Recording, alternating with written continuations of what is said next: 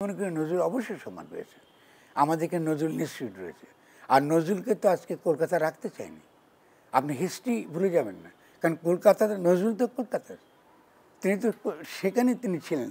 কেন কলকাতায় কেন তাকে তাদের জাতীয় কবি আকারে স্বীকৃতি দেয়নি? আপনি কেন, নজরুল কি বাঙালি কবি না?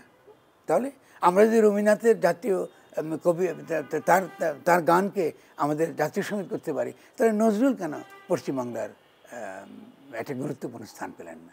ফলে আমি বলছি যে তার মানে আমরা তাকে সম্মান দেবো না তা নন, তিনি এখানে চলে এসেছেন এবং সেই হিসাবে যে সম্মানটুকু তিনি পেয়েছেন সেই সম্মানটুকু তিনি পেয়েছেন। শুনুন, জাতীয় কবি বললে যে কবিরা সাংঘাতিক তাকে সম্মান দিলাম, এটা কিন্তু ঠিক নয়। কিন্তু আমি জাতীয় কবি আকারে তার স্বীকৃতির পক্ষে আমার কোনো আপত্তিও নাই। কিন্তু জাতীয় কবি বলার মধ্যে কিন্তু একটা প্রচ্ছন্নভাবে কিন্তু আমাদের কিছুটা একটা এক ধরনের মুসলিম জাতীয়তাবাদের বাসনাটা কিন্তু প্রকাশিত হয়, যে তিনি মুসলিম বলে আমরা তাকে জাতীয় বলছি।